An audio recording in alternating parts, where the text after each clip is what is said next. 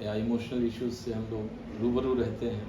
Anxiety, depression बड़े common शब्द हैं, सुसाइडल आइडिएशन से बड़े कॉमन हो चुके हैं।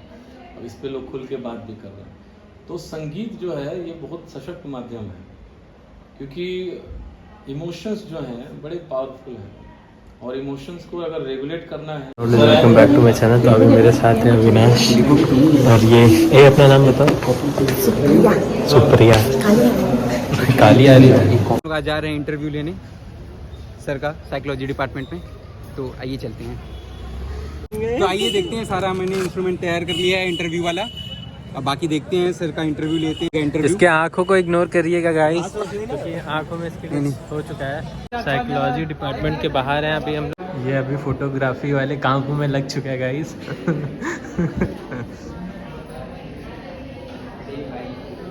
और हम लोग अभी कुछ देर में जाने वाले हैं सर से इंटरव्यू लेने। तो ये दोनों लेने वाले इंटरव्यू।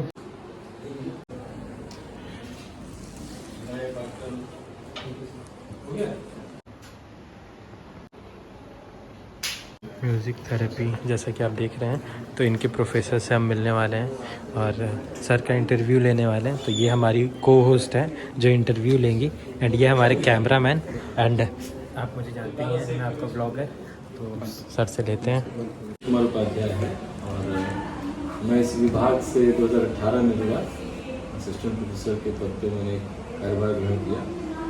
और उपलब्धियों की जहाँ तक बात है, तो उपलब्धियाँ यही जहाँ आप बैठे हैं, यही एक सबसे बड़ी उपलब्धि है, जो म्यूज़िक थेरेपी लैब आप देख पा रहे हैं। और इसके बारे में मैंने, जब मैं पीजी कर रहा था 2006 में, तो एक मन में आया कि एक संगीत चिकित्सा के लिए जब भी जीवन में अवसर आएगा, तो एक ऐसा सेल या लैब इस्टेब्लिश करा जाए, जिससे कि जो हमारे विद्यार्थी हैं खास तौर पे, या जो भी इस संस्थान से कार्यरत शिक्षक भी हैं, वो स्टाफ मेंबर्स हैं, और इसके अलावा बाहर ऐसे जो लोग हैं हर एज ग्रुप में। इस समय आप मानसिक समस्याएं देख रहे हैं, कितना मतलब इसका प्रीवेलेंस है। हर घर में आपको कुछ ना कुछ, और हम सब अनुभव करते हैं कि कभी न कभी किसी न किसी मानसिक उलझन या इमोशनल इश्यूज से हम लोग रूबरू रहते हैं। एंजाइटी, डिप्रेशन बड़े कॉमन शब्द हैं, सुसाइडल आइडिएशन से बड़े कॉमन हो चुके हैं। अब इस पे लोग खुल के बात भी कर रहे हैं। तो संगीत जो है ये बहुत सशक्त माध्यम है, क्योंकि इमोशंस जो हैं बड़े पावरफुल हैं, और इमोशंस को अगर रेगुलेट करना है, हाँ, तो वो संगीत बहुत बेहतर माध्यम हो सकता है। दवाओं का अपना साइड इफ़ेक्ट है, और भी साइकोथेरेपीज़ हैं। हम लोग एज ए साइकोलॉजी जो हमारी ट्रेनिंग है, तो उसमें काउंसलिंग करना, साइकोथेरेपी प्रोवाइड करना। जो क्लिनिकल साइकोलॉजिस्ट होते हैं, वो क्लिनिकल सेटअप में जो इश्यूज़ हैं, मेंटल डिसऑर्डर्स को डायग्नोज करना, ये उनका काम होता है। साइकेट्रिस्ट हैं, ये सब अलग अलग मेंटल हेल्थ प्रोफेशनल्स हैं। हम लोग चूँकि टीचिंग उस प्रोफेशन में हैं, तो शोध कार्य जो है, रिसर्च मुख्य काम होता है। तो ये लैब भी है और रिसर्च सेंटर भी है, और यहीं से हम लोग एक post graduate diploma in music therapy, ये पाठ्यक्रम भी शुरू किया है इसी सत्र से। और 2022 में 21-22 के सत्र में उत्तर प्रदेश सरकार ने सेंटर ऑफ एक्सीलेंस भी दिया, वहाँ की फंडिंग आई, प्लस यहाँ विश्वविद्यालय से भी आर्थिक सहयोग दिया गया।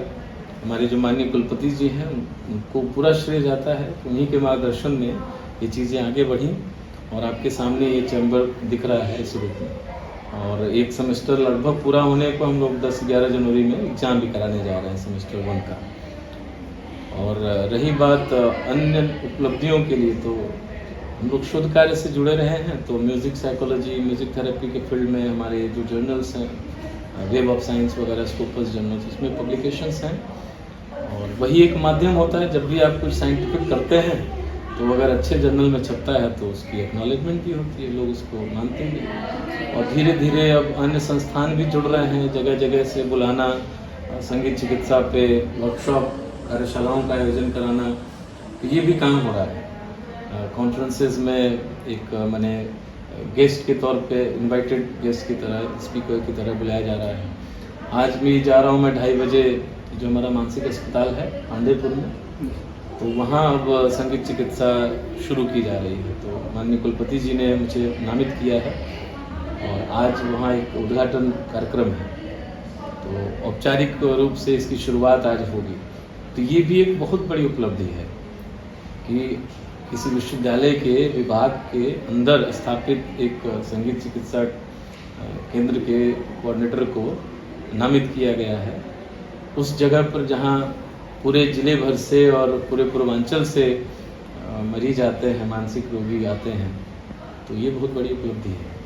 और जहां आप बैठे हैं, जो पाठ्यक्रम की मैंने बात आपसे की, ये पूरे भारत में पहला ये सरकारी संस्थान है, मेरा महात्मा गांधी काशी विद्यापीठ, जहां ये पाठ्यक्रम शुरू किया गया।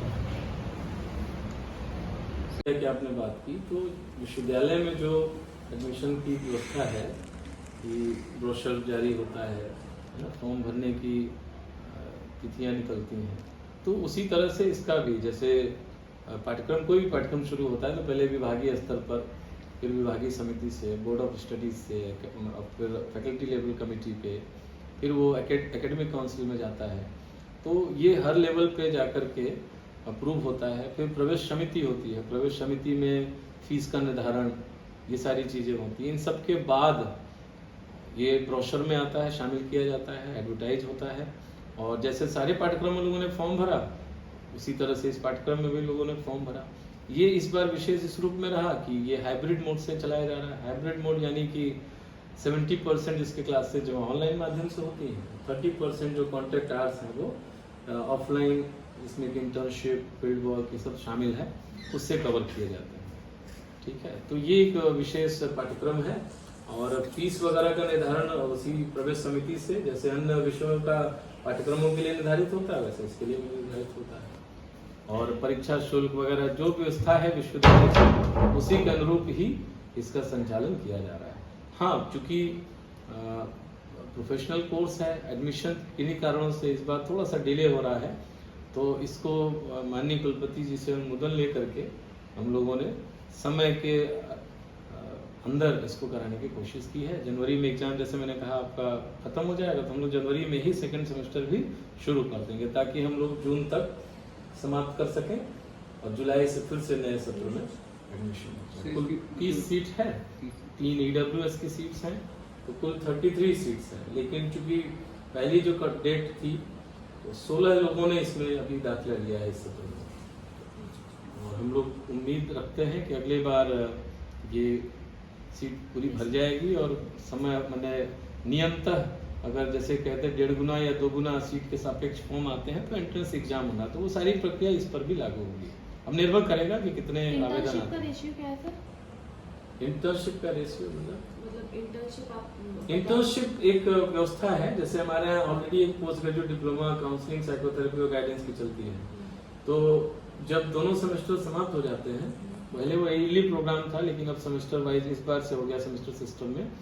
ये हमारा पाठ्यक्रम भी सेमेस्टर सिस्टम में है। तो इसमें जब सेकंड सेमेस्टर इनका थ्योरी क्लासेस कंप्लीट हो जाएंगी, तो या तो एग्जाम से पहले या एग्जाम के बाद ही 1 महीने के लिए फील्ड में जाके इंटर्नशिप करेंगे, जहाँ पर अपने जो भी म्यूजिक थेरेपी के इंटरवेंशंस उन्होंने सीखे हैं कोर्स के दौरान, उसको इम्प्लीमेंट करेंगे, उसकी रिपोर्ट तैयार करेंगे।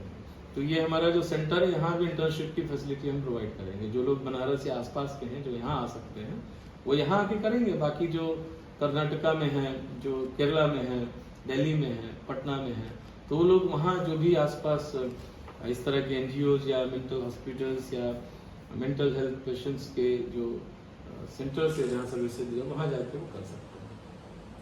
सर, इसकी मतलब ड्यूरेशन कितने दिन की, मतलब 3 महीने की, 6 महीने की है? 1 महीना होता है ना, 1 महीने का है इंटर्नशिप, 1 महीने। और सर ये कोर्स 1 साल का है। पोस्ट ग्रेजुएट डिप्लोमा जो है वो 1 साल का होता है। तो जैसे आपने बताया कि बाहरी स्टूडेंट हैं जो जुड़ते हैं, जैसे बताया कर्नाटका, दिल्ली, ऐसे, तो उनको जैसे क्लास करना, मतलब आना यहाँ पे जरूरी नहीं है, ऑनलाइन जैसे मैंने कहा ना, 70% जो है सारी क्लासेज ऑनलाइन हो रही हैं। विश्वविद्यालय ने एक गूगल से डोमेन परचेज किया। 10 ऐसे डोमेन्स हैं जिसमें कि हम लोग ऑनलाइन क्लासेस को गूगल मीट के थ्रू संचालित करते हैं, और उसकी सारी रिकॉर्डिंग्स हम कर सकते हैं। वो फैसिलिटी यूनिवर्सिटी ने प्रोक्योर किया है। ऐसे 10 डोमेन्स हैं। और एग्जाम देने के लिए तो ऑफलाइन वो आएंगे 10-11 में, physically they have to present. और अभी सेमेस्टर 1 में भी फील्ड वर्क उनको करना है। तो जहाँ जा करके डेटा कलेक्शन करना, तो ये सारी चीज़ों से हम 30% जो कॉन्टैक्ट आवर्स हैं वो हम इससे कवर करते हैं। और थियरी क्लासेस पूरी 70% जो है वो ऑनलाइन उसमें हम कवर कर रहे हैं। सर इसमें स्कोप क्या है बच्चों के लिए, अभी क्या इसमें हमने जो रता रखी है, एलिजिबिलिटी रखी है, यूजी लेवल की है, जो यूजीसी की गाइडलाइंस है कि पोस्ट ग्रेजुएट डिप्लोमा में यूजी में विशेष विषय में, उसमें विशेष विषय ये हैं या तो कोई मनोविज्ञान का स्नातक, संगीत का स्नातक या हेल्थ एंड एलाइड साइंसेस। इसमें एमबीबीएस हो गया, बीपीटी हो गया, ये सब जो आपका बीएएमएस हो गया, जो हेल्थ एंड एलाइड साइंसेस के जो सब्जेक्ट्स हैं उसके जो स्नातक हैं वो इस कोर्स को कर सकते हैं। रही बात इसका स्कोप क्या है, तो जैसे मैंने आपको कहा कि हमारा जो टारगेट ग्रुप है अभी वो सारे प्रोफेशनल्स हैं जो ऑलरेडी वर्किंग हैं, यानी वो प्रैक्टिसिंग या तो साइकोलॉजिस्ट हैं या डॉक्टर्स हैं या वो म्यूजिशियंस हैं, डायरेक्टर्स हैं, ठीक है। तो वो इस स्किल को सीख करके अपने जो उनके पेशेंट्स हैं, जो टारगेट ग्रुप है, जो म्यूजिक टीचर हैं कहीं स्कूल में, तो वहाँ पर म्यूजिक को एज अ थेरेपी इंट्रोड्यूस कर सकें। तो आने वाले समय में हम धीरे धीरे, क्योंकि जॉब बहुत महत्वपूर्ण हिस्सा है, प्लेसमेंट बहुत ज़रूरी भाग है किसी भी पाठ्यक्रम को चलाए रखने में। एक बैच चलाना महत्वपूर्ण नहीं होता, बात है कि उसको हम कंटिन्यू कैसे कर सकें। तो यही हमारे जो माने जो स्टूडेंट्स हैं, जो इनरोल्ड हैं, वो सब प्रोफेशनल्स हैं, कहीं ना कहीं कोई यूनिवर्सिटी में है, कोई हॉस्पिटल में है, कोई स्कूल में है। तो ये हमारे एलुमनाई भी होंगे, कल को यही हमारे रिक्रूटर्स भी होंगे। जैसे हमारे सेंटर पे भी हमें 1-2 हैंड्स चाहिए, तो जब ये बैच निकलेगा जो इसके पास आउट होंगे और जैसा हमारा फंड और बजट अलाउ करेगा, हम लोग 1-2 लोगों को तो ही अपने एम्प्लॉय कर लेंगे, ठीक है, जिससे कि हम सर्विसेज सुचारू रूप से, अभी सिंगल हैंडेडली हम कर रहे हैं, तो टीचिंग का असाइनमेंट है, विश्वविद्यालय के अपने दायित्व हैं, तो उसमें थोड़ा मुश्किल हो जा रहा है। तो जब हमारे हेल्पिंग हैंड मिल जाएंगे तो हम सर्विसेज भी शुरू कर देंगे, हम सब बच्चों के लिए ओपन हो जाएगा। सर मास्टर्स डिग्री के बारे में क्या सोचे? अभी तो ये पीजीडी है। हाँ, अब इसको हम लोग अब 1-2 बैच जब निकल जाता है और इसकी क्या रूपरेखा बनती है, क्योंकि मास्टर शुरू करना उससे पहले फिर आपको स्नातक स्तर पर सोचना पड़ेगा, है ना। मास्टर प्रोग्राम ऐसे आप नहीं शुरू कर सकते, बहुत सारे हैं लेकिन उस पर प्रश्न चिन्ह उठते रहे हैं। तो पहले यूजी की बात होगी, तो उस पर हम लोग आगे इस दिशा में सोच रहे हैं कि हम लोग पहले तो कुछ टेक्स्ट बुक्स ऐसा तैयार किया जाए और उसके बाद हम लोग धीरे से, अभी मैंने शुरुआत एक और भी की थी जब ये एनईपी लागू हुआ था तो हमारे यहाँ, तो उसमें यूजी लेवल पे, पता नहीं आप लोगों को जानकारी है कि नहीं, वोकेशनल जो और माइनर 2 तरह के पाठ्यक्रम चलाए गए। तो मनोविज्ञान विभाग से बेसिक्स ऑफ म्यूजिक थेरेपी और दूसरा साइकोलॉजिकल टेस्टिंग, ये 2 हम लोगों ने कोर्स जो है ऑफर किया और मुझे लगता है अभी तक 4 batch music therapy, basics of music therapy जिन्होंने एज ए वोकेशनल लेके ग्रेजुएशन वाले, एक पूरा 3 साल तो एक बैच पूरा निकल चुका है, राइट। तो वो भी एक हमने शुरुआत की है, तो ग्रेजुएशन लेवल पे वो भी एक बीज रोप दिया गया है और आने वाले समय में हम लोग स्नातक स्तर से इसको शुरू करेंगे। तो जैसे इंस्ट्रूमेंट क्या क्या प्रोवाइड करवाया गया है आपको, क्या यूज करते हैं इंस्ट्रूमेंट? यहाँ पहले तो हम आपको एक चीज बता दें कि ये म्यूजिक थेरेपी लैब या रिसर्च सेंटर म्यूजिक ट्रेनिंग के लिए नहीं है। म्यूजिक इंस्ट्रूमेंट्स यहाँ या जो स्पीकर्स हैं, माने जो रिसेप्टिव जिससे आप सुन सकते हैं, लैपटॉप, ये जो चीजें हैं, फैसिलिटीज हैं, हेडफोन्स हैं, इसका इस्तेमाल म्यूजिक को प्रोवाइड करने के लिए है ना। म्यूजिक इंस्ट्रूमेंट्स इसलिए हैं कि थ्रू म्यूजिक इंस्ट्रूमेंट्स आप उसको मौका दें कि वो अपने आप को एक्सप्रेस कर सके। गाना गाता हो तो वो गाने का एक्सरसाइज, वो सब इंटरवेंशन टेक्निक्स वेरी करते हैं। जैसे आप यहाँ हारमोनियम देख रहे हैं, सिंथेसाइजर है, तबला है और भी परकशन इंस्ट्रूमेंट्स है, फ्लूट है, गिटार है, जिससे वो कंफर्टेबल हो। तो जो म्यूजिकली ट्रेंड हो तो पर्टिकुलर इंस्ट्रूमेंट से उसको, उसके साथ आप संवाद स्थापित कर सकते हैं। दूसरा ऐसा ग्रुप जो कि एकदम म्यूजिक केवल सुनने वाला हो लेकिन वो म्यूजिक इंस्ट्रूमेंट की कोई ट्रेनिंग उसकी नहीं हो, तो उसके लिए रिदमिक इंस्ट्रूमेंट या परकशन के इंस्ट्रूमेंट्स हैं, उससे कुछ मूवमेंट्स करके, है ना, उसके मूड को अपलिफ्ट करना, ये सारी चीजें उसमें। और ये पूरा क्लाइंट सेंटर्ड है, इंडिविजुअल स्पेसिफिक है। हम लोग ने एक स्क्रीनिंग टूल डेवलप की है जिससे 10 मिनट में ये पता चल जाता है कि आपका संगीत से किस तरह का संबंध है, कितनी ट्रेनिंग है, किस तरह के गाने आप सुनते हैं, हाँ सुनते हैं तो उसका क्या क्या प्रभाव आपने महसूस किया है वगैरह वगैरह, प्लस आपकी पर्सनालिटी के कुछ कैरेक्टरिस्टिक्स। तो वो 10-15 मिनट का टाइम लगता है और उससे हमें काफ़ी कुछ आइडिया लग जाता है कि हमें किस तरह से किस अप्रोच को लेके आगे बढ़ना है। एक छोटी सी यहाँ लाइब्रेरी भी है।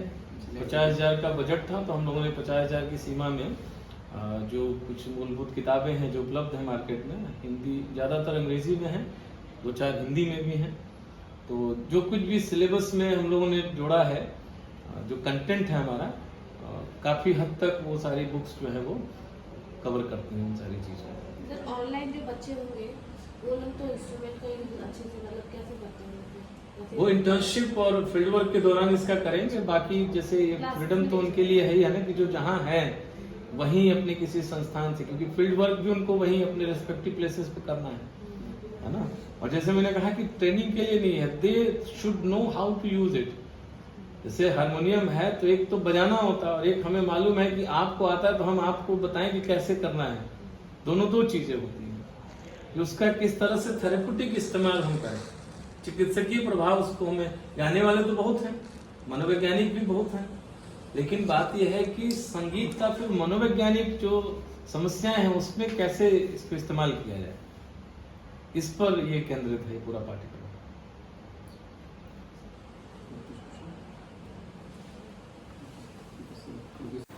Thank you, Rowdies, for watching my video.